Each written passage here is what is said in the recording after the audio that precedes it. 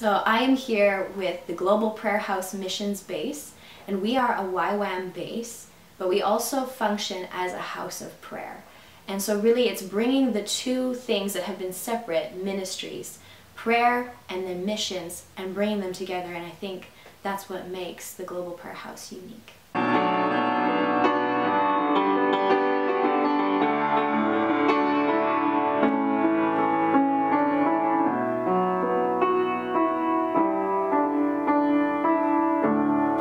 So the impact that I've seen of the House of Prayer on missions is even when we're here in Medicine Hat, in the prayer room, and you're just spending time in that place of prayer and intimacy with God, the more you do that and the more you're opening up your heart to Him, it will always lead you to the point where you're loving people more, where God begins to show you His heart for people.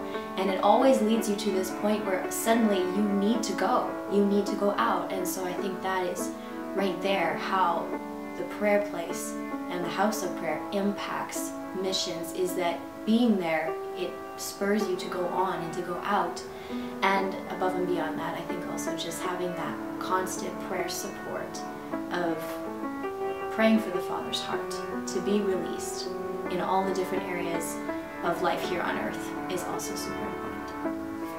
And so one testimony I have of that on an outreach is actually a team of us. We had gone to Guatemala, and the one day we were doing house-to-house ministry, walking through this neighborhood, and we saw this tiny little old lady on the side of the road, sitting on the side of the road.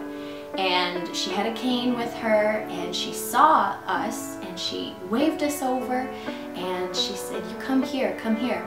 And so we went over and she began to describe to us all the different health problems she had. She had a stroke and she could barely walk. There were days where it was too hard, too painful for her to get out of her house. She couldn't lift her one arm above her head.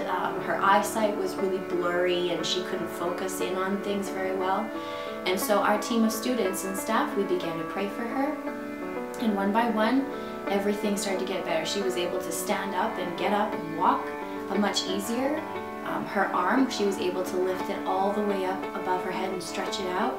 And her vision cleared up. She was able to see and focus more clearly. And so that was pretty amazing. And then at the end, she says to us, "You know, I was sitting in my house and I said, Lord, you have to send someone. You have to send someone to me to pray.